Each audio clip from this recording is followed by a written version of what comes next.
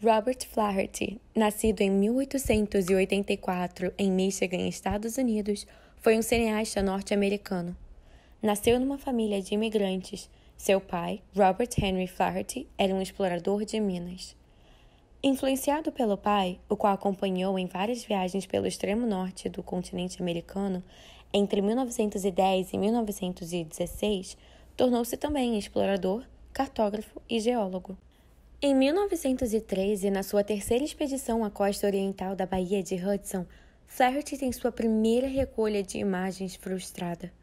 O filme, impressionado em suporte de nitrato, perdeu-se ao entrar em contato com um morrão de cigarro.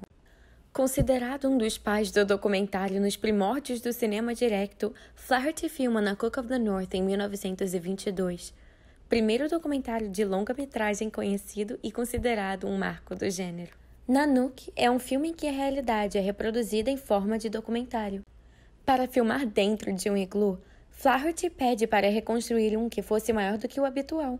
A fim de passar verdade em uma cena de caça, ele teria que filmar o caçador durante alguns dias para mostrar como se apanha uma morsa. Esse filme, ele aparece como essa possibilidade do cinema, esse potencial que o cinema tem de nos levar para lugares outros, para territórios onde a nossa experiência, a experiência das pessoas em geral, não alcançaria. Então, além disso, essa potencialidade que o cinema tem de nos colocar em contato com outras culturas, com uma alteridade, né, para usar um vocabulário assim, da antropologia, que foi um campo com o qual o filme Nanook se conectou muito rapidamente, assim, né, aos interesses de antropólogos e etnógrafos. Então, era realmente algo novo,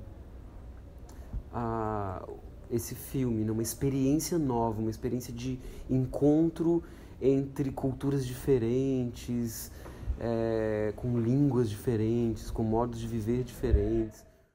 Nanook foi gestado por mais de 10 anos por Flaherty e sua esposa, Frances, nos seus mínimos detalhes, roteiros, notas, cenários elaborados por meio de uma convivência longa, estabelecida entre Flaherty e os Inuit por mais de 8 anos. O sucesso comercial desse filme fez com que muitas propostas surgissem para Flaherty, inclusive a conquista de um contrato com a Paramount. Em fevereiro de 1926, John Grierson faz um artigo sobre o filme Moana, dizendo pela primeira vez que a obra é um documentário, ou seja, um filme que está documentando algo. Grierson foi responsável por nomear e identificar o gênero a partir desse filme, o que fez nascer o que nós reconhecemos até hoje. O diretor então parte para a ilha de Samoa, onde precisa de tempo para desenvolver uma história sobre a iniciação de um jovem à idade adulta. Em 1926 surge o documentário Moana. Esse filme é o primeiro a utilizar a docuficção, uma obra cinematográfica híbrida, cujo gênero se situa entre documentário e ficção. Ele não surge nem como uma coisa, nem como outra, isoladamente, separadamente, mas como uma forma híbrida, né? Que mais do que híbrida, é intencionamento entre essas duas dimensões, a ficção e o documentário. Flaherty, claro, estava dentro de uma mesma questão, que na verdade todo o cinema documentário está, que é caminhar nessa tensão entre o real e o documentário, entre a realidade, entre o real e a ficção, entre o documentário e a cena. Então, eu não diria que é exatamente uma ficção, mas uma fabulação, porque é uma invenção a partir da realidade, a partir de personagens reais. A participação da mulher dele, Frances, como entrevistadora, foi importante para o roteiro com o desenvolvimento de personagem. A influência dela na construção literária é essencial para que ele crie personagens que ele antes entrevistou e crie uma narrativa a partir disso, percebendo quem tem carisma no documentário para poder dominar a narrativa. Os acontecimentos se passam em tempo real e a personagem executa o próprio papel. todos os seus projetos a partir desse filme, de um modo regular, obtinham essa linguagem cinematográfica.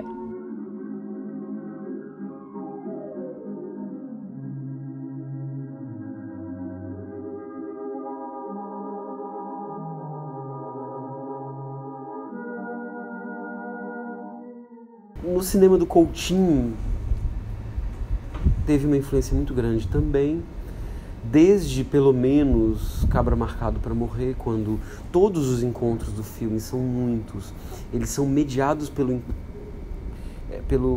imagem, né? Assim como Flaherty devolvia a imagem a Nanook nesse gesto de partilha, nesse gesto de trazer o personagem para o processo, para uma participação no processo.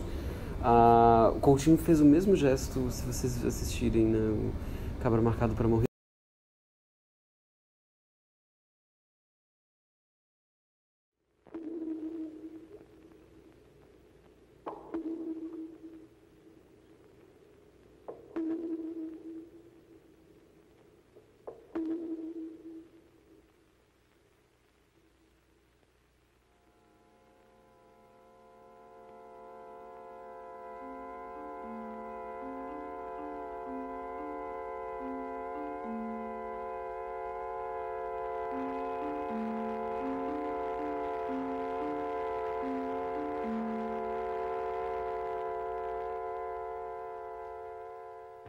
País subdesenvolvido, subdesenvolvido, subdesenvolvido, subdesenvolvido, subdesenvolvido, subdesenvolvido, subdesenvolvido, subdesenvolvido, subdesenvolvido.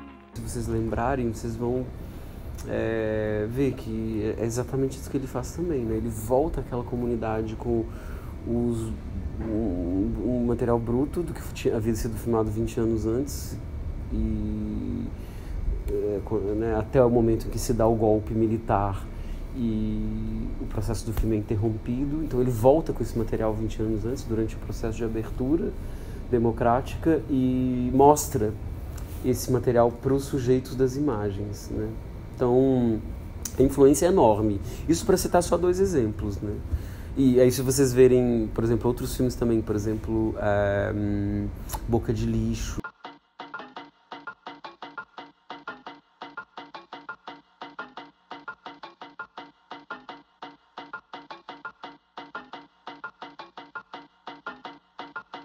O Coutinho usa esse método, Peões, enfim. É que eu achava muito bonito, assim, eu ficava muito emocionada quando na época das greves de 79, a gente não tinha televisão, né, mas eu escutava no rádio.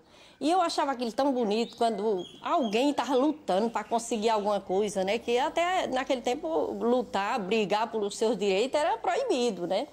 E a gente só via os poderosos mandar nos mais fracos e ninguém podia fazer nada nem dizer nada. Quando eu ouvia aquilo, eu ficava pensando, meu Deus, será que um dia eu ainda vou estar nesse lugar e participar dessas lutas também?